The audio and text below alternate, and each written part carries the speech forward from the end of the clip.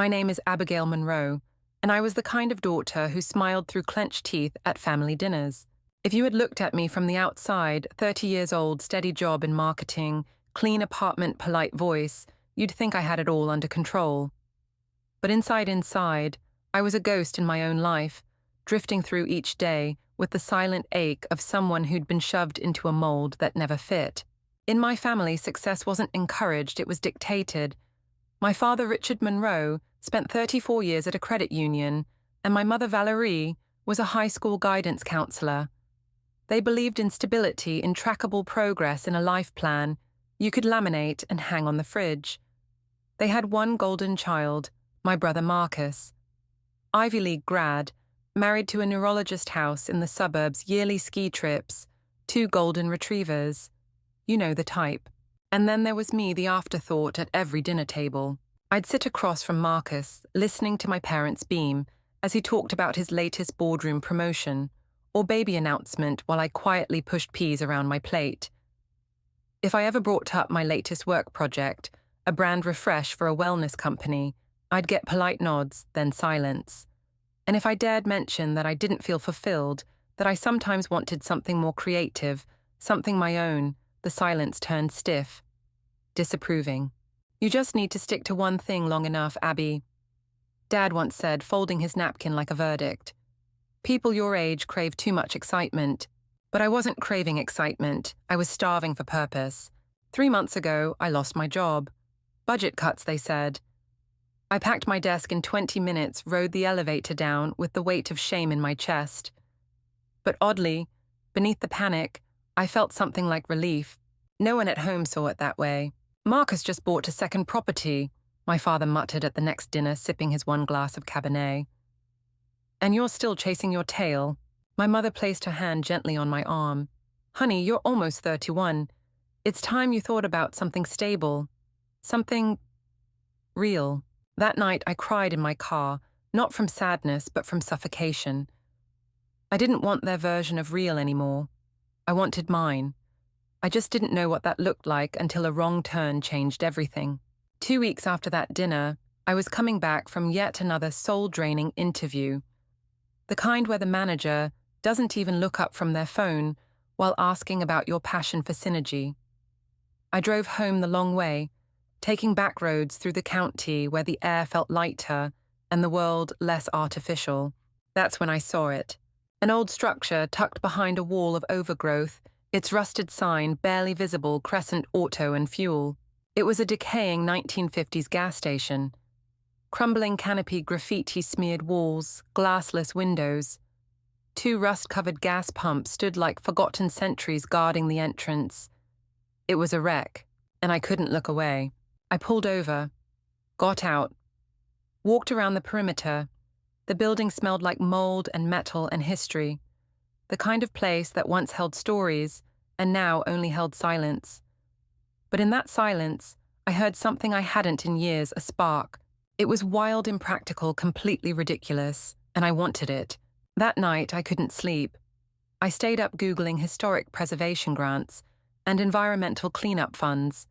I found a local listing. It had been on the market for 5 years. Nobody wanted it, except me. I called the real estate agent the next morning. I don't want to demolish it, I said. I want to bring it back. There was a pause, then a slow, surprised laugh. Honey, that place would eat your savings alive.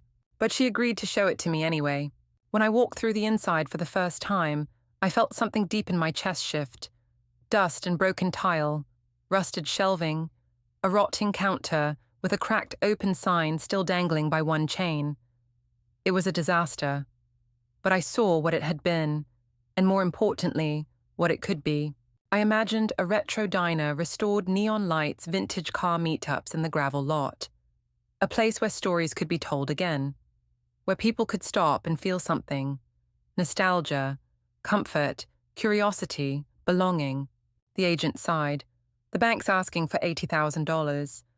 But it's been sitting. They might settle for less. It would be every penny I had. I didn't tell my family. I already knew how that conversation would go. I needed a moment to dream uninterrupted. That weekend, I stood in front of the place one last time before making my offer. The wind rustled through the dead shrubs. The sun cast long shadows on the cracked pavement, and I whispered aloud, what if I did it anyway? What if I bet on myself even if no one else would? I didn't know then that this building held a secret, something hidden behind one of its moldy walls, something that would change the course of everything. But even without knowing that I made the call, I'm ready to make an offer, I told the agent. Are you sure?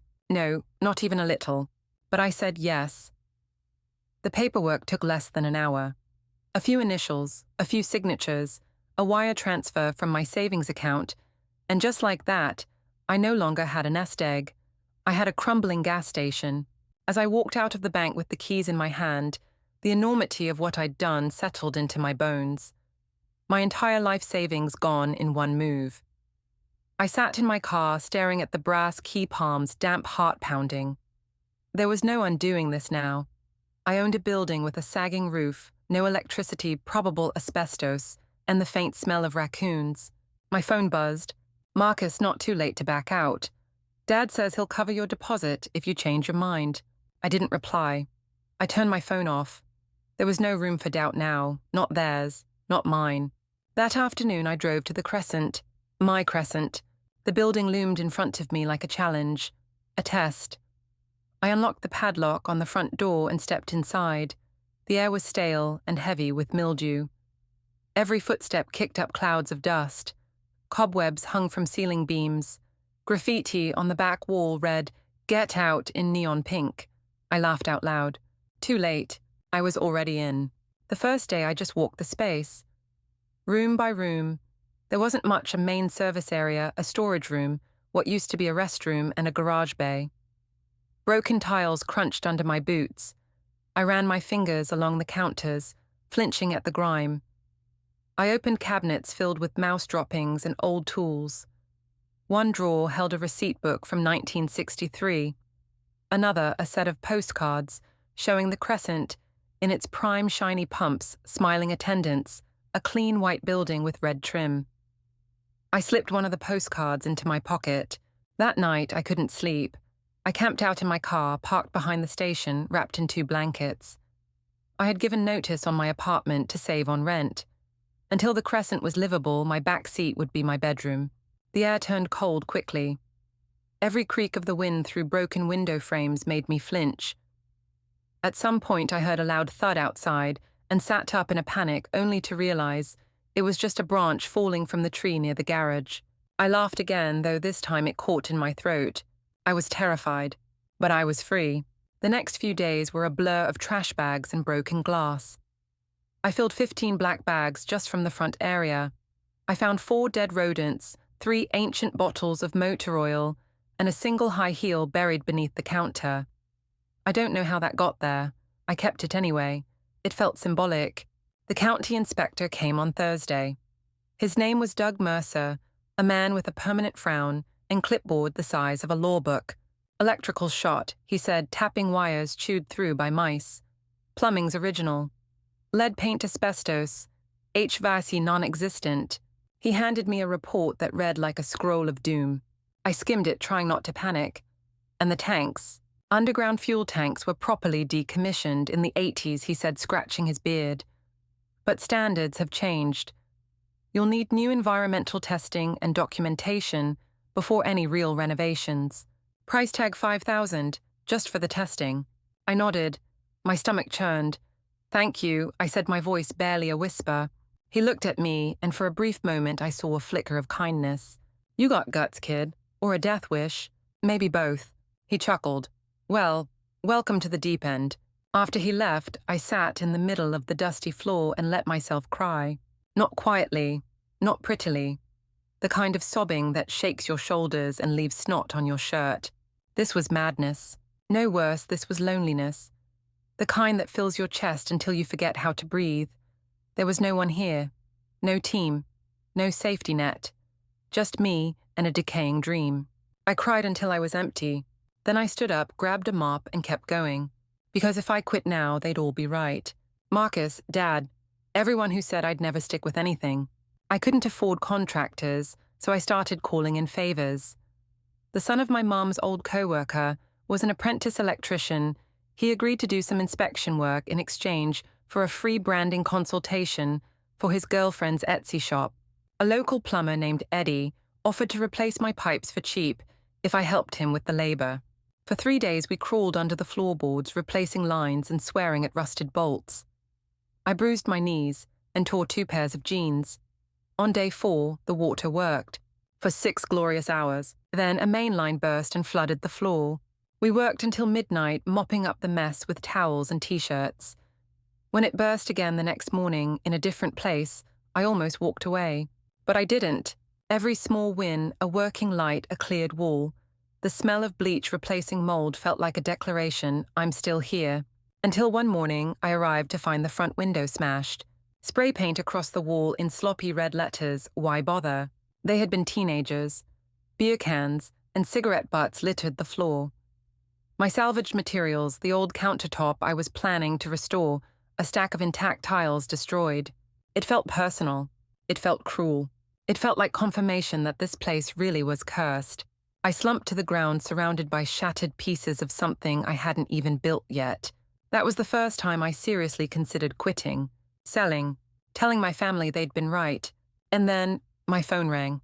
It was Marcus. Hey, little sister, he said too casually. Heard the news. Someone drove by and said it still looks like a dump. Silence. You okay? I swallowed. Fine. He sighed. Abby, listen. Dad and I were talking. We could help you cut your losses. Sell now, maybe recoup something before this becomes a full-on disaster. I almost said yes. I wanted to. But my voice somehow stayed steady. I'm not ready to quit. Be reasonable. I have to go. Someone's here about the roof. There was no one there. I couldn't afford roof work yet. But I also couldn't afford to let my resolve break apart. That night, I gave myself one final deadline. 1 more week. If I didn't find something, some spark, some reason, I'd walk away. That night, I turned to the one part of the building I hadn't dared touch yet. The storage room. The door had been jammed since I got the keys. Another thing on the never-ending list of things to fix. But now it was next. I found a crowbar, some WD-40 and a flashlight. If there was anything left to save in this place, I'd find it in there. I stood in front of the warped storage room door crowbar, in one hand, flashlight in the other, and a buzzing in my ears that I couldn't quite place. Fear, fatigue, hope. Probably all 3. The door was swollen from decades of humidity and neglect. The wood cracked as I wedged the crowbar into the gap between the door and frame. It resisted like a grudge, but I pushed harder. The metal groaned. Finally, with a jolt, the frame split just enough for the door to swing open with a long, reluctant screech. The smell hit me first. Not foul, just old. Paper dust and something leathery. The kind of scent that clings to vintage books and forgotten trunks. I stepped inside, slowly beam of my flashlight slicing through the gloom. Floor-to-ceiling boxes. Metal filing cabinets. Shelves bowed under the weight of old merchandise cans of motor oil, faded brochures, plastic-wrapped road maps. The dust coated everything like ash. It was overwhelming. I should have turned around, gotten sleep, eaten something. But instead I started cataloguing. The first cabinet held receipts, perfectly organized, yellowed with time, but intact. They dated back to 1957. One drawer, deeper in, had handwritten service logs in looping cursive. In another, I found a stack of black and white photographs, the original Crescent in its glory days. A man in a pressed uniform standing next to pristine gas pumps. A parade of classic cars lined up out front. Children with ice cream cones. Harold M. Tisdale read the caption on one photo. Owner, operator, 1957-1985. I whispered the name aloud. Harold. This had been his world. Somewhere between the 3rd box of vintage spark plugs and the 5th stack of automotive manuals, I noticed something strange. A draft. Faint, but there. I turned slowly. In the back corner, a shelving unit stood flush against the wall. Or at least it was supposed to. But something was off. A narrow sliver of light came through the bottom, and it didn't quite sit right against the wall's edge. I ran my fingers along the seam. Not a wall, a partition. My heart picked up. I cleared the shelves, dusty containers, boxes, a couple rusted wrenches. I grunted as I pushed the empty unit away from the wall. It groaned but shifted. Behind it, barely visible in the flashlight beam, was a narrow vertical panel slightly recessed. No handle, but it moved. I wedged the crowbar into the side, bracing my body against it. With a shudder, the panel swung inward. I stepped back. A hollow thud echoed. The beam of my flashlight landed on something glass. Behind the false wall was another room. Smaller, cooler. And unlike the chaos of the storage area, this space had been cared for. Glass display cases lined the walls, shelves neatly arranged, labels written in clean block letters, and in the center of the room, 4 gleaming, polished vintage gas pumps. My knees buckled slightly, and I lowered myself onto an overturned crate. It was like stepping into a time capsule. Route maps, mint condition. Tin signs for Sinclair and Texaco still vibrant. A shelf filled with scale model cars organized by decade. Car parts in original packaging. Handwritten notes about engine types. A framed newspaper clipping titled Crescent's Hidden Gem from 1962. My flashlight landed on a framed document in the back. I stood slowly, walked toward it barely breathing. It was a historic designation certificate, issued in 1978, declaring Crescent Auto and Fuel as a historically significant property along the Route 66 corridor, citing its mid-century design and role in American highway culture. I pressed my hand over my heart. Route 66, the Mother Road, the path of dreams, the American artery of wanderlust and road trips. And I was standing inside a piece of that history. I stumbled back out to my car, arms full of photos and papers, fingers shaking. That night, I didn't sleep. I sat with my legs pulled to my chest, reading everything I'd pulled from that hidden room by flashlight. I didn't just own a building. I owned a landmark. And maybe, just maybe, the building had been waiting for someone who could see what it really was. The next morning, I made a call to someone I had only ever seen in an online forum, Gregory Keene, a collector of vintage gas station memorabilia. I found some pieces you might want to see, I said, trying to keep my voice casual. 4 globe-top pumps from the 1950s. Pristine condition, Crescent brand, original Route 66 site, silence. Then Crescent as in the Crescent on mile 9. Yes, you're joking. I'm not. I'll be there tomorrow. He arrived the next afternoon. Middle-aged in a dusty leather jacket and baseball cap, eyes wide as he stepped into the hidden room. This is a holy grail, he whispered. He spent hours photographing, cataloging, and finally made an offer. I'll give you $25,000 for 2 of the pumps, and I'll help connect you with the Route 66 Preservation Network. I blinked. 25. He grinned. And that's a good deal. Those alone could go for double at auction, but if you're keeping 2 for display, it's fair. I almost hugged him. That money wouldn't solve everything, but it gave me air. Space. Breathing room. Before he left, he turned to me. You know, there's a story here, a good one. People will care. Route 66 travelers love this kind of thing. You bring this back. You'll have a destination, not just a business. After he left, I walked back into the hidden room and sat in the center, surrounded by Harold's collection. This wasn't just memorabilia. It was love, devotion. Someone had preserved this, protected it, knowing it mattered, even when no one else did. Tears welled again, but this time they didn't sting. This time they felt like permission. Permission to keep going. Permission to believe that maybe I hadn't made a mistake. I called the Route 66 Preservation Office the next day, sent them photos, scanned the certificate, explained everything. By that evening, I had 4 missed calls, 3 emails, and a formal request to begin fast-track review for updated historical designation. And just like that, the game changed. Not just for the Crescent, but for me. It's strange how one discovery can flip your entire narrative. One day, I was the fool who sunk her life savings into a pile of rubble. The next, I was the woman who unearthed a forgotten piece of Americana. The Route 66 Preservation Network moved quickly. Within 2 weeks, I was speaking with Dr. Elaine Stafford, one of the organization's senior historians. She was sharp, direct, and surprisingly warm. "You've stumbled into a treasure, Miss Monroe," she said during our video call. "This is the kind of site that preservationists dream about. The Crescent has integrity, character, and a damn good story behind it." "Do you think it's possible to get a matching grant?" I asked, half holding my breath. If you keep 2 of those pumps on site, restore the facade accurately, and commit to operating as a public-facing location diner museum, whatever your vision is, then, yes, you qualify. We'll send a field agent to document it. She paused, then leaned in slightly. Just out of curiosity. Why now? It was the first time someone had asked that with genuine interest, not condescension. I guess I said because I needed to believe there was something in the world worth saving. And maybe deep down, I needed to save something to remember that I could save myself. She smiled. That's a better answer than most. By the time I ended the call, I was crying again. But this time, they were tears of purpose, of clarity, of movement. I sold 2 of the vintage pumps to Gregory. True to his word, he paid $25,000 in full, with a handshake and a grin.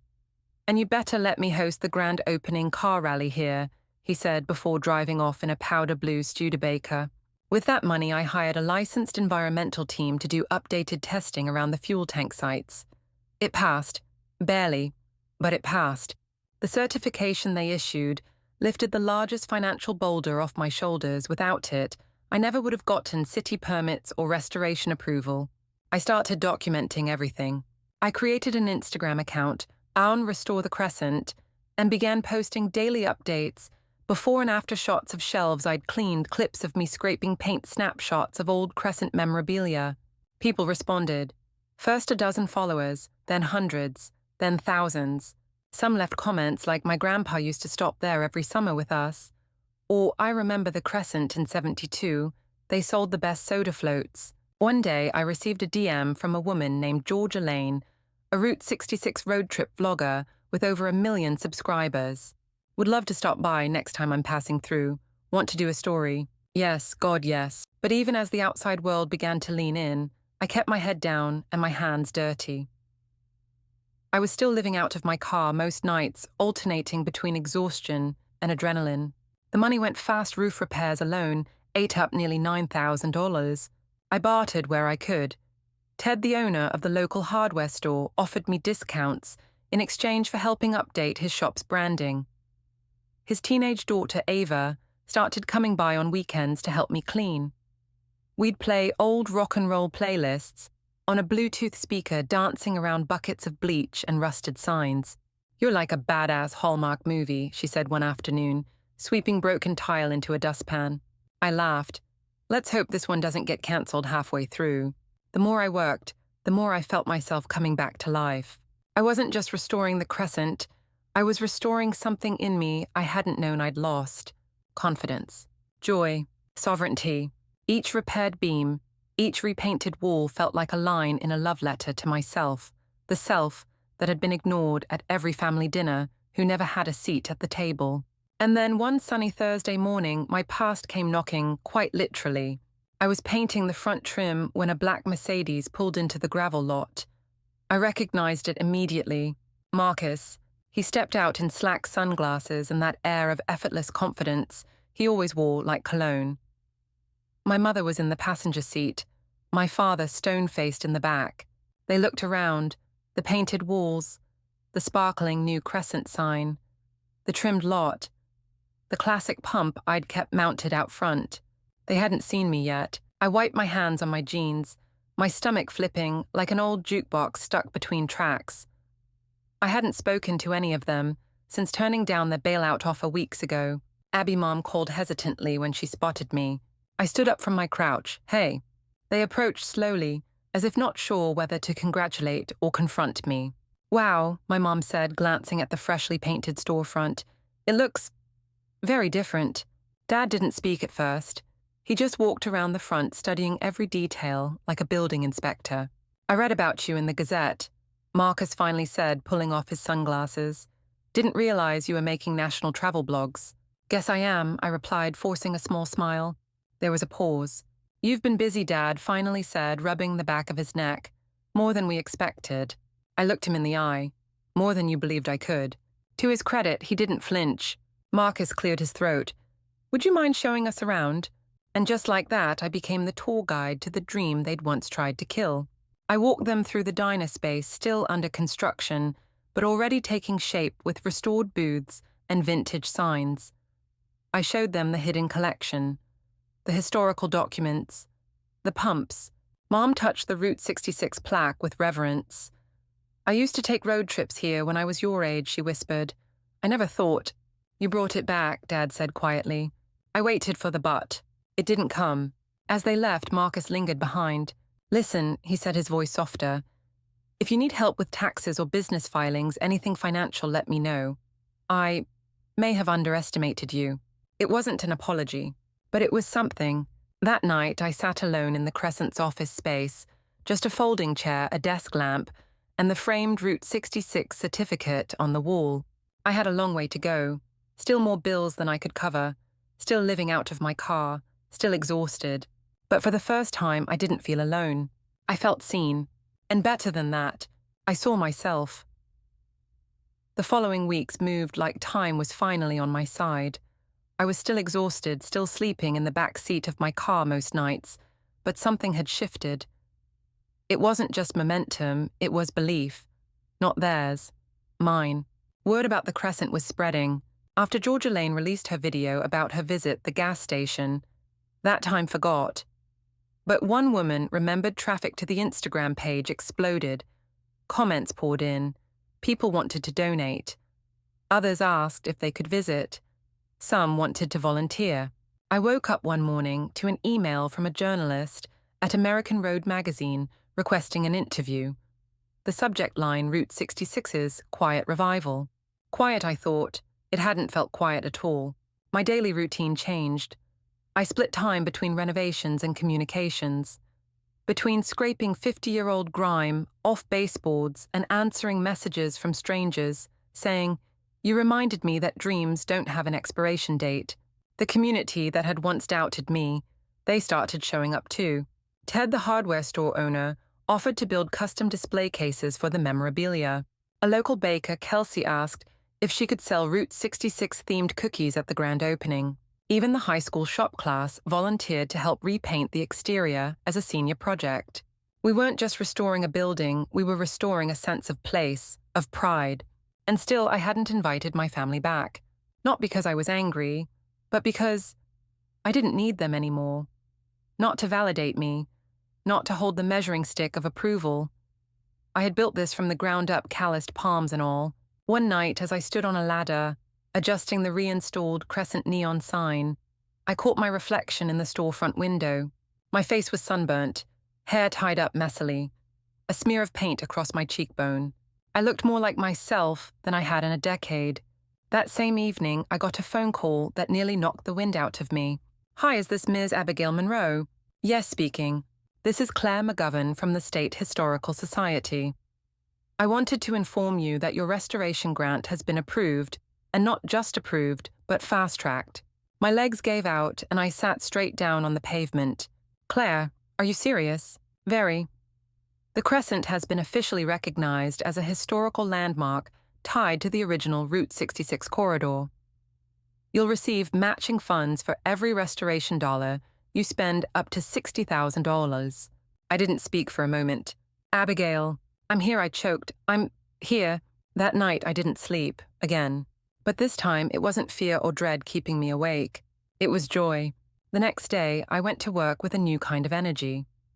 I finalized contracts for flooring, ordered custom reproduction tiles that matched the 1950s checkerboard pattern.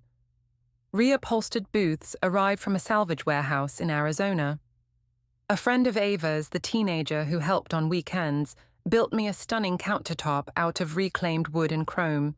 It was all happening. One afternoon, while organizing the garage bay that would become the mini-museum, I found another surprise, a collection of cassette recordings labeled by year.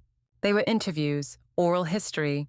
Harold Tisdale, the original owner, had recorded himself and others who worked at the Crescent over the years, talking about the heyday of the station road trips, the travelers who passed through the evolution of car culture.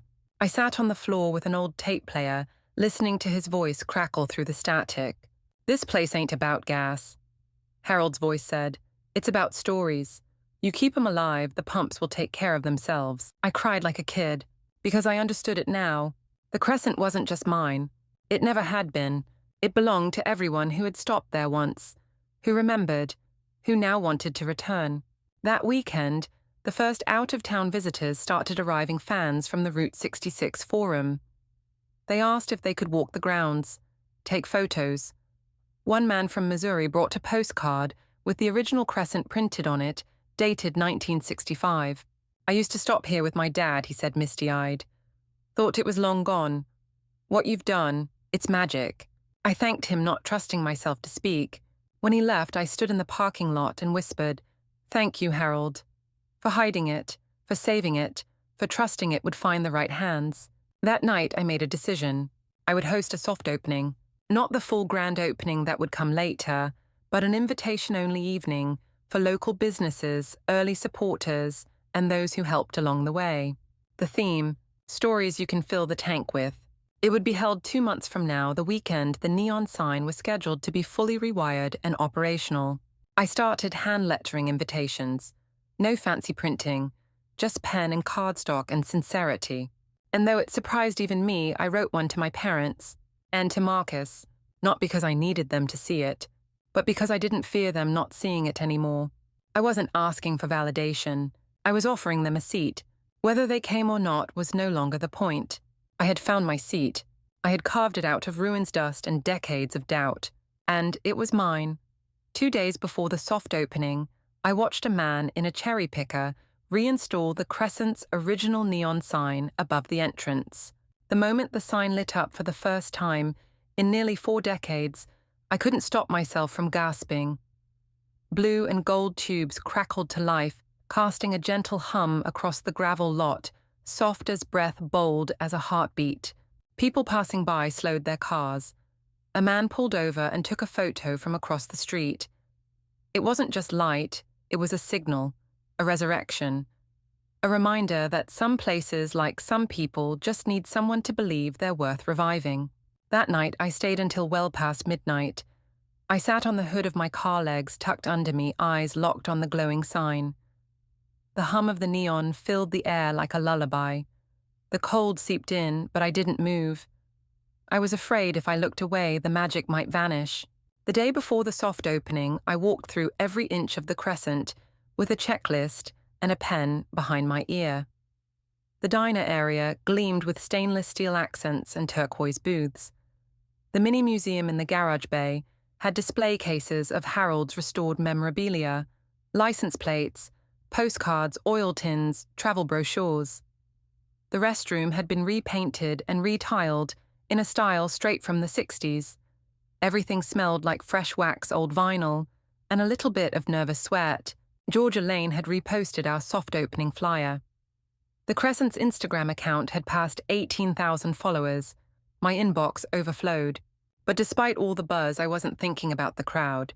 I was thinking about the 3 unopened RSVP envelopes I had received earlier that morning, each written in handwriting I'd known since childhood. Mom, Dad, Marcus. I placed them in the drawer beneath the counter. I didn't open them, not yet. That evening, I stood in the center of the lot as the final touches came together. Kelsey the baker arranged her Route 66 cookies on a red check tablecloth. Ted strung additional string lights across the parking area, giving it the feel of a summer carnival.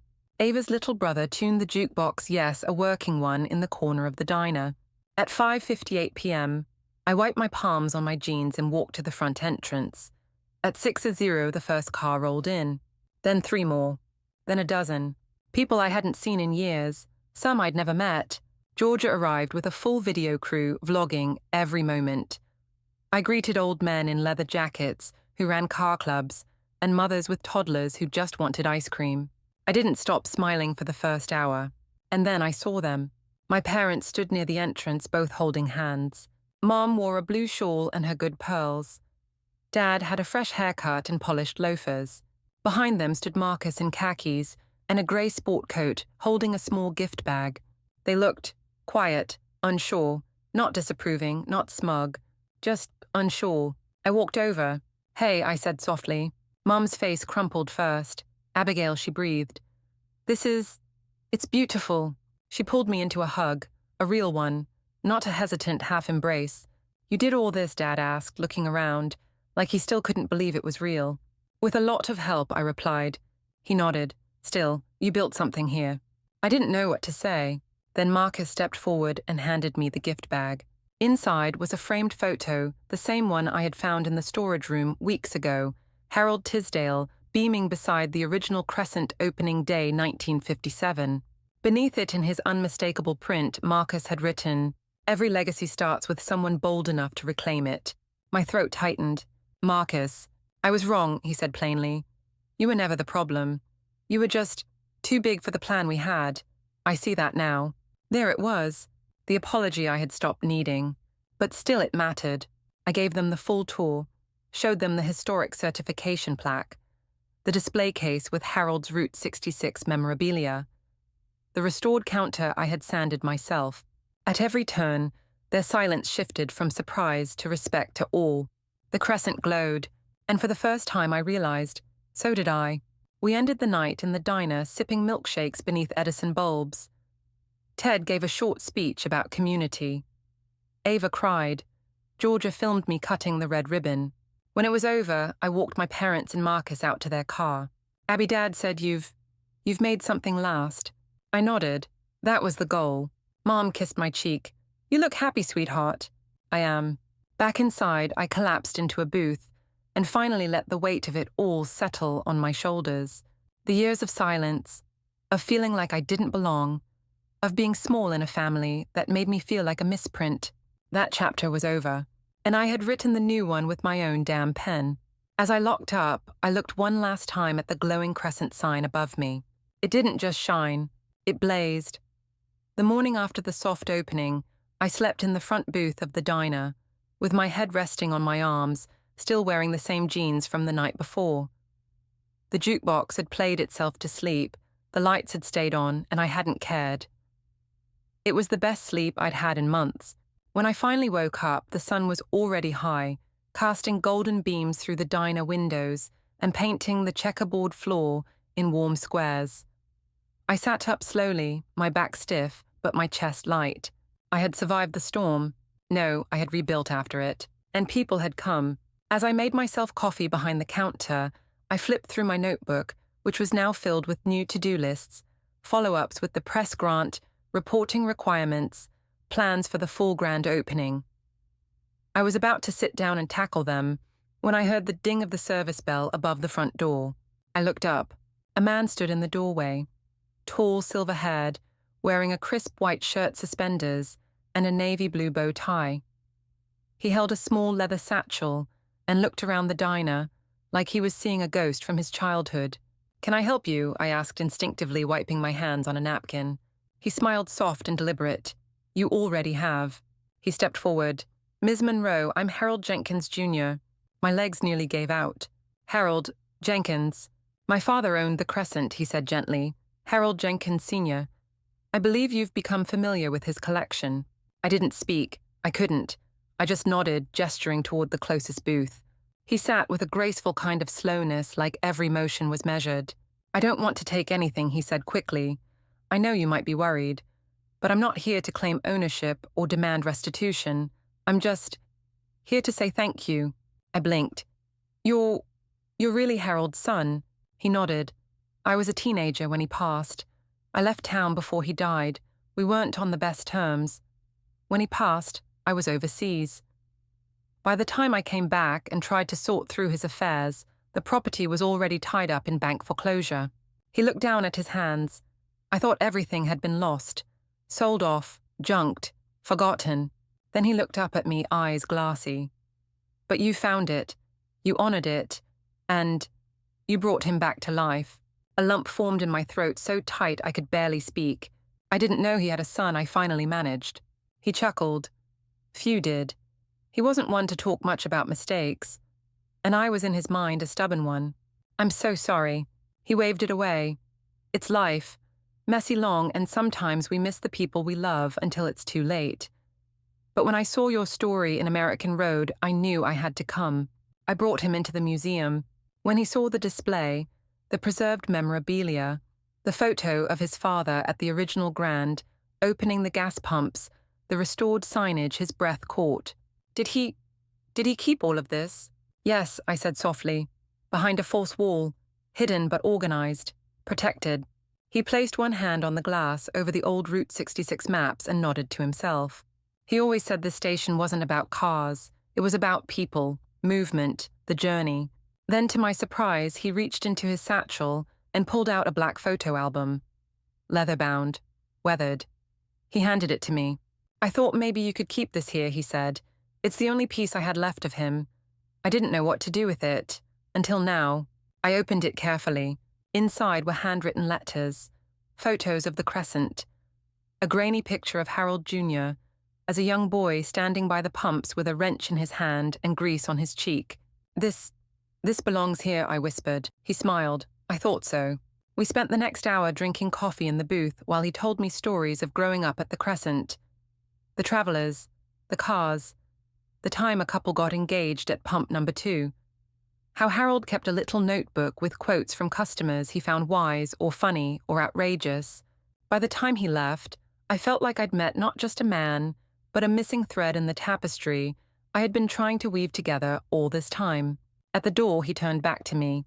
"You're part of this now," he said. "The story, the legacy. You may not have his name, but you have his spirit." When he was gone, I locked the door and held the photo album to my chest. The Crescent was more than a project now. It was family. It had started as a rebellion, a leap into chaos, but now it was something sacred. As I filed the album into the archives and turned off the lights for the night, I whispered into the quiet, "I'll take care of it, Harold, I promise." Outside, the neon sign flickered on, a beacon for anyone who ever needed to be reminded that it's never too late to come home.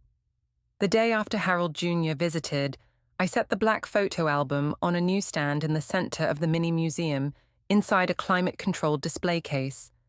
I printed a small plaque that read, "A Son's Memory, the private archive of Harold Jenkins Sr., gifted by his son."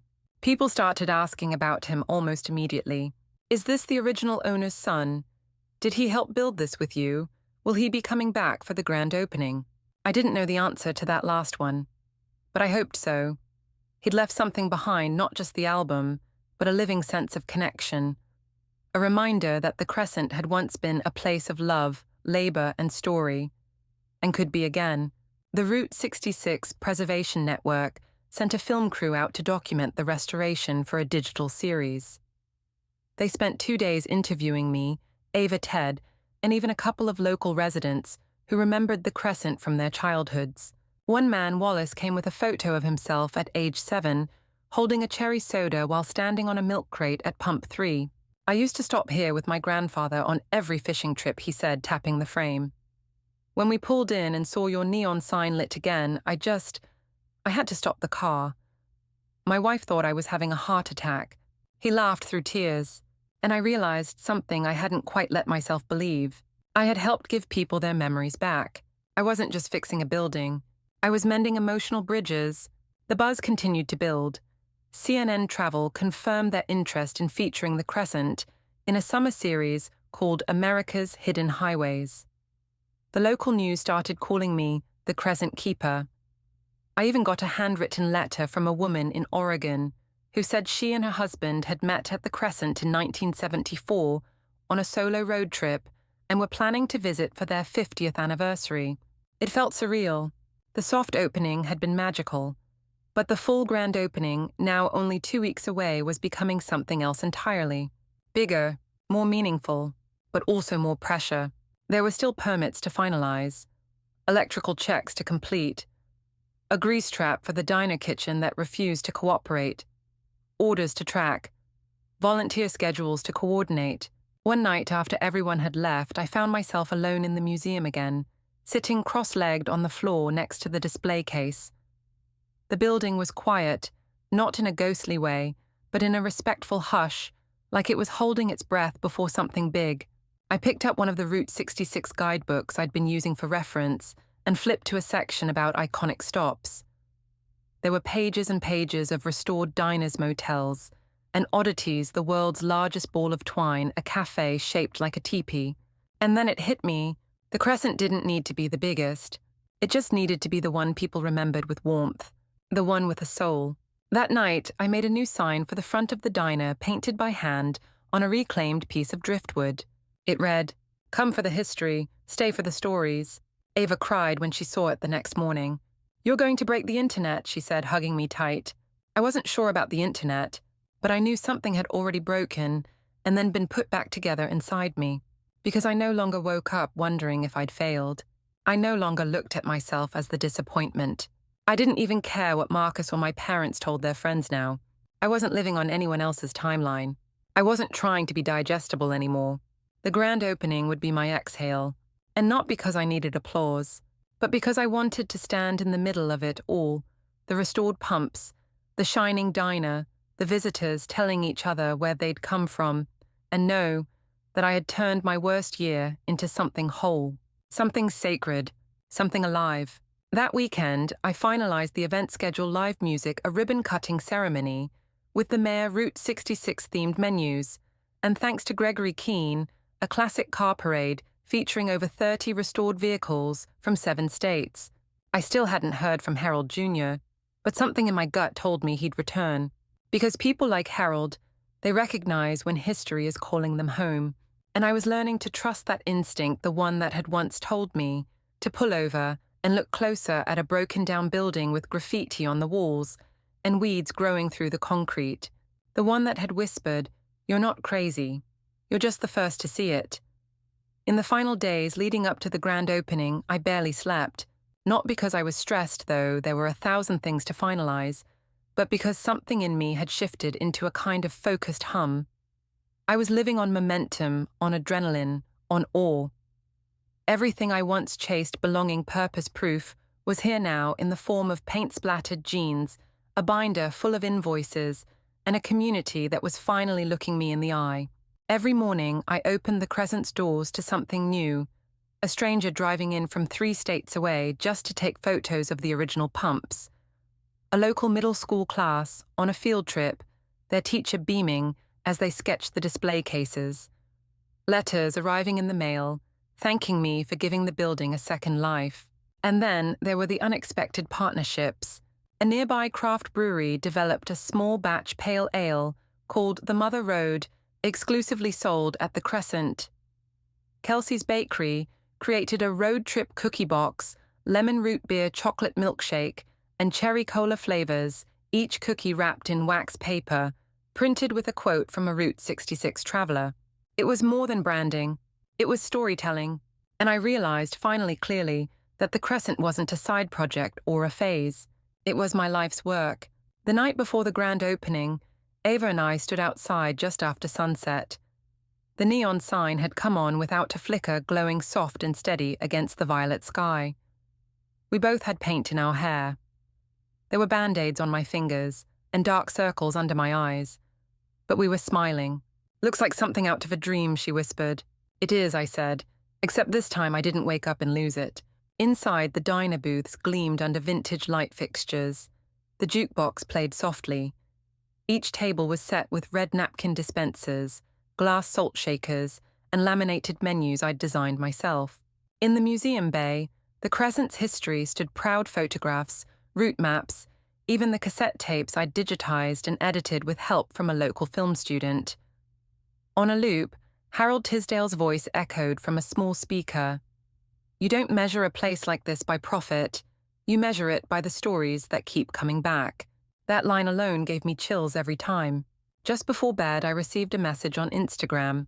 "Ajibodi, see you tomorrow. I'll be in the crowd, proud and quiet." Harold Jr. was coming. I didn't reply. Not because I didn't want to, but because sometimes it's better to let gratitude live in the silence. The morning of the grand opening, I arrived at 5:00 a.m. The gravel lot was already being lined with orange cones and folding signs. Volunteers prepped welcome tables. A group of Route 66 car collectors had arrived in the night and parked along the shoulder of the road, their vintage vehicles shimmering in the rising sun. A 57 Chevy, a fire-red Thunderbird, a mint-condition Buick Roadmaster. By 8:30 a.m., the entire stretch of road looked like a movie set. Kelsey arrived with towers of baked goods. Ted finished installing the final bolts on a handmade roadside plaque that read, "Crescent Auto Fuel, established 1957, revived 2023. The mayor showed up in a convertible and gave me a wink. Big day for Milbridge, he said. Bigger day for you. At 10:00 a.m. sharp, we cut the ribbon. Cameras flashed. The crowd clapped. I stood under the Crescent sign and said words I hadn't prepared because I didn't need to anymore. This place stood empty for almost 40 years. But some stories don't like to be buried. They wait. And if we're lucky, if we're paying attention, we get to be the ones to tell them again. The applause surprised me, not because it came, but because I didn't need it to feel proud. By noon, the diner was full. A waiting list stretched out the door.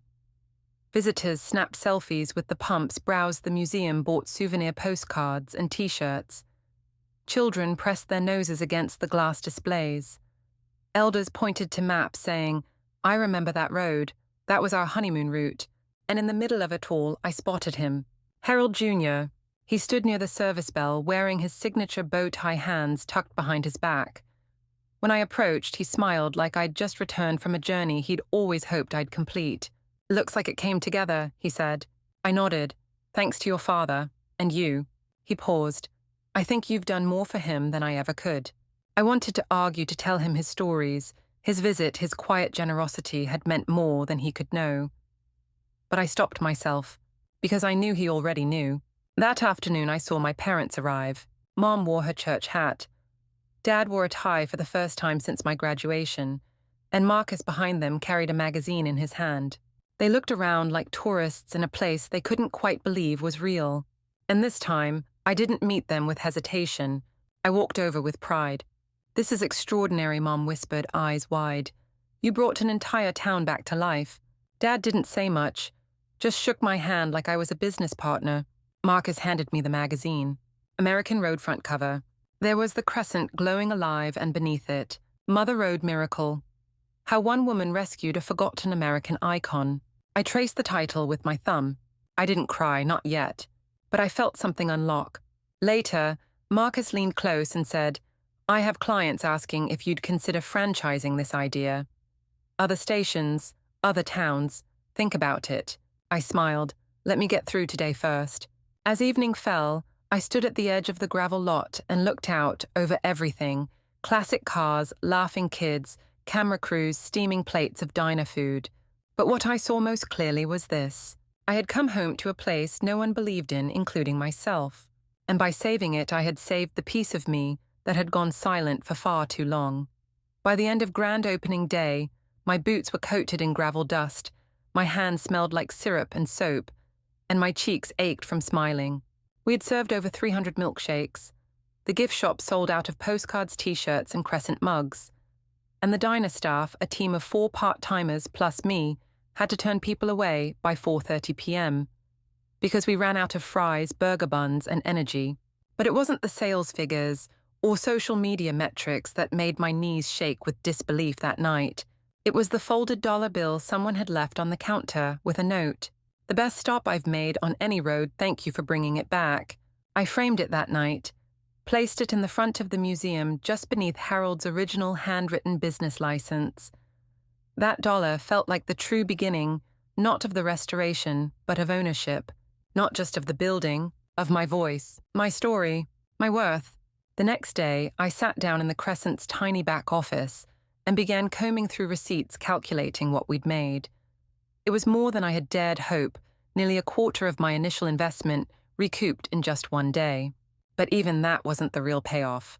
The real payoff came in the form of emails and messages pouring in from strangers. One woman wrote, "I've been afraid to start over. Your story made me think maybe it's not too late." A retired couple said, "We met at the Crescent in '72. We're driving in from Albuquerque next month. Please save us a milkshake." Someone sent me a sketch of the gas station rendered in ink and watercolors. They'd never been, but said they felt like they had after watching the Route 66 preservation episode. The Crescent had become a mirror, reflecting back people's lost dreams, their nostalgia, their longing to belong somewhere again. And I'd become its keeper. Late one evening, I stood alone in the museum bay and re-listened to the first of Harold's cassette recordings. His voice crackled through the room like a voice from the other side of time. You don't always get to choose where your legacy lives. Sometimes it hides. And if you're lucky, if you're paying attention, you find it again. I paused the tape and let the silence settle. I didn't know what I believed before this journey, about fate, about timing, about purpose, but I believed now, because how else could you explain all of this? The wrong turn that wasn't.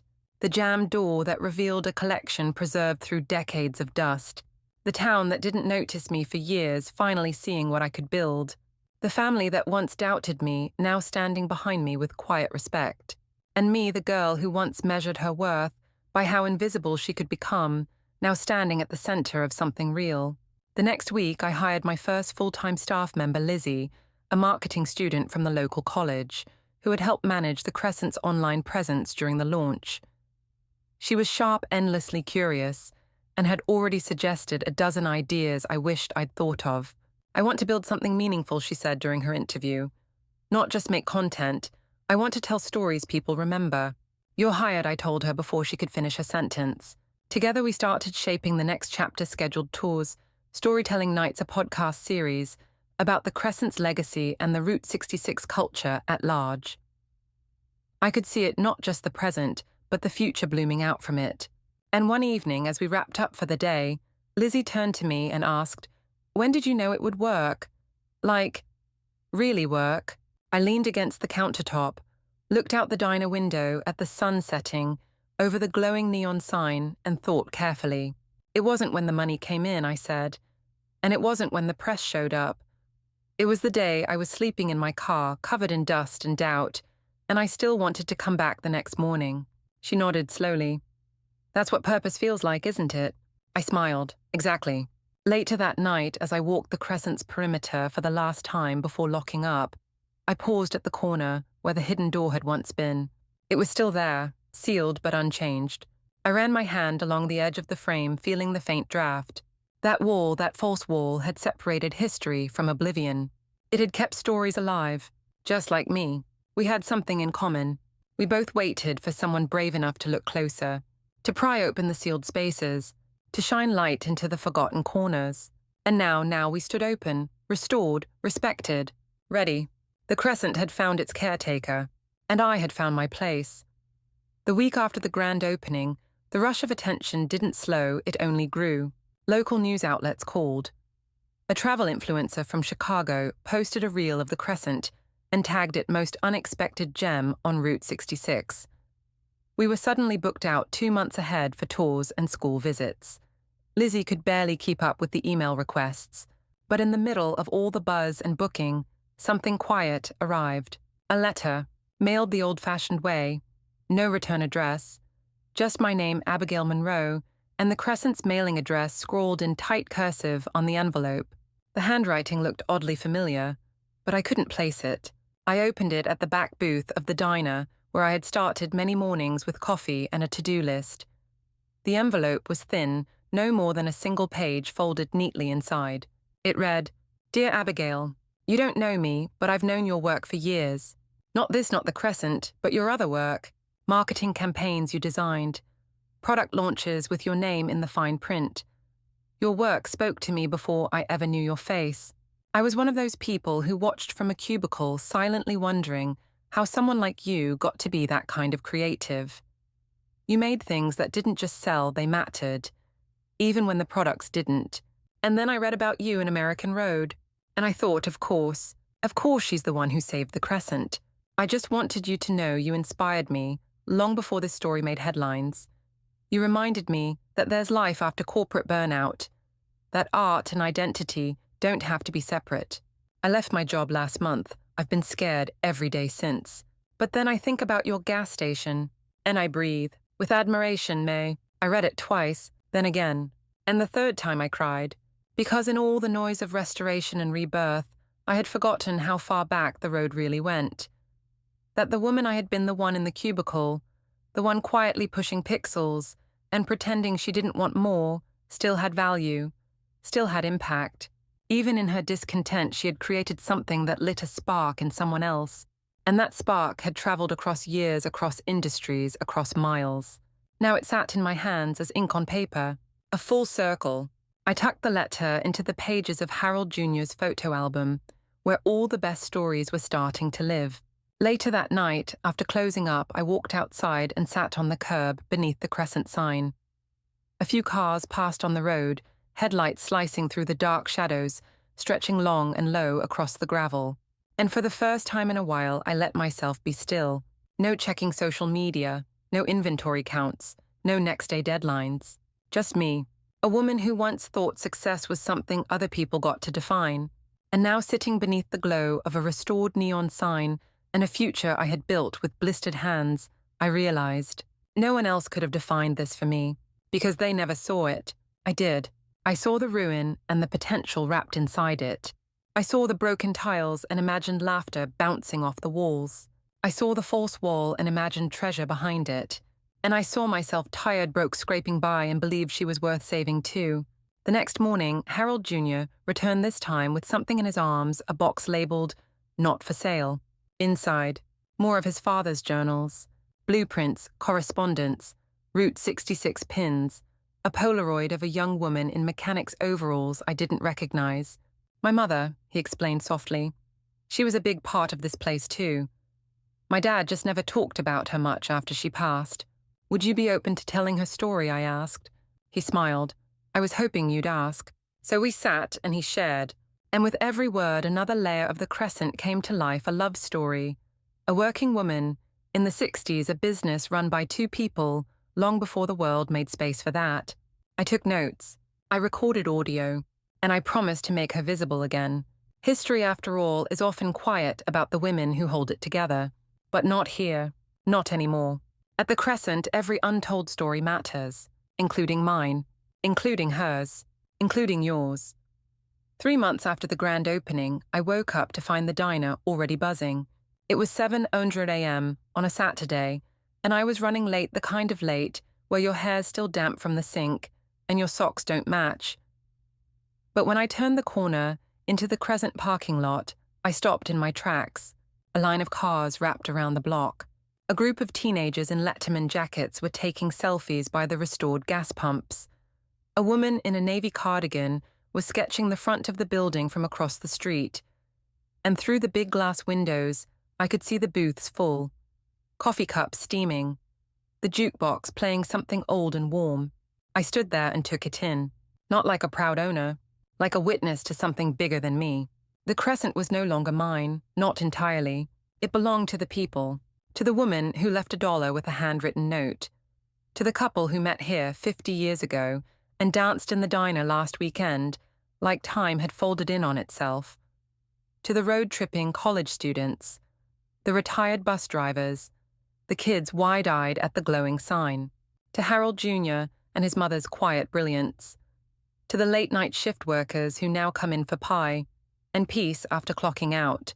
It even belonged in some strange way to Marcus and my parents, who stop by every Sunday now like clockwork, sitting at the same booth, ordering coffee and asking about expansion.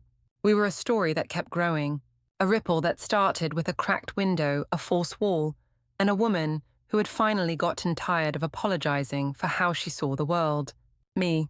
And maybe that's the thing I wish someone had told me earlier, that sometimes you don't have to wait for a place to welcome you.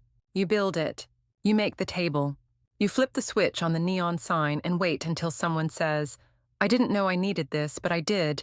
The Crescent is open 7 days a week now. We host car meets on Fridays, storytelling nights on Wednesdays, and local school tours every second Thursday. The museum has a guest book handbound covered in Route 66 patches, filled with notes from people across the country. One of them reads, "I came for the nostalgia. I left with a reminder that it's never too late to start over." We hung that page in the diner right next to the photo of Harold and his wife in front of Pump 4. Sometimes I walk through the back hallways after closing alone, quiet, and touch the wall where the false panel once stood. It's sealed now, preserved, but I like to think it still whispers.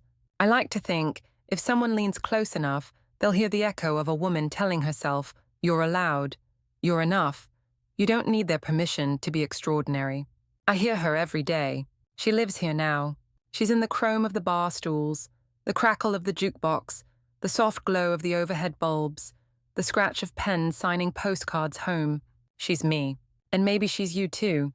So if you ever find yourself passing through a town you don't remember, on a road that isn't marked clearly, at a moment when your life feels more dust than map pull in, you'll see the neon from a mile away. Come on in. The Crescent is open, the pie is warm, and there's always room for another traveler on the road back to themselves. The neon is always on. Thank you for listening to my story. And if it reminded you of your own, I'd love to hear it in the comments below. After all, sometimes the greatest treasures are found in the places others gave up on, including yourself.